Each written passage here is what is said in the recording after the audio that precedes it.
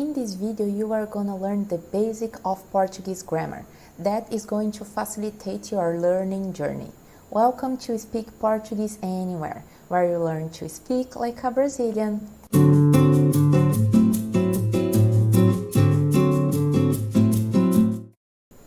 Oi, pessoal!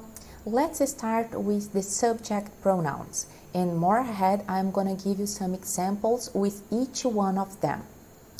Eu, tu,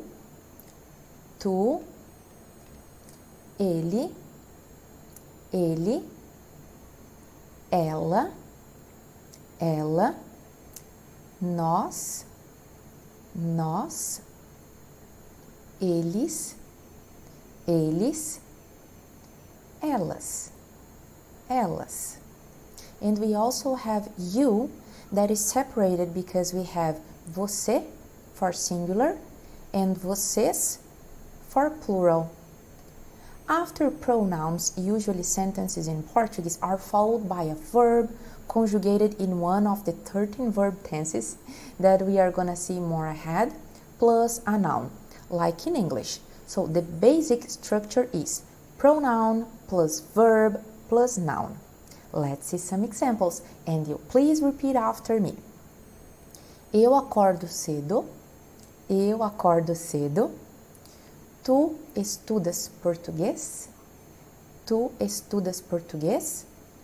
Ele fala rápido. Ela samba bem. Nós vamos sair. Eles jogam futebol. Elas irão viajar. Vocês assistem TV. As you could see, we have two ways to say you in Portuguese. Could be tu, more informal, and você, more formal. All those sentences are affirmative sentences. Now let's see how to make negative sentences in Portuguese. It is very easy. For example, eu não acordo cedo. Tu não estudas português.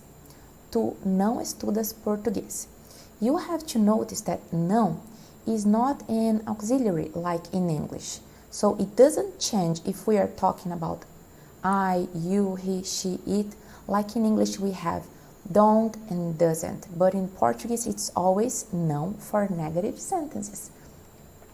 But like in English, in Portuguese, there are some other negative words, such as this: nunca, nem.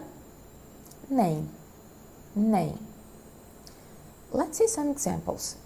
Eu nunca acordo cedo. Tu nem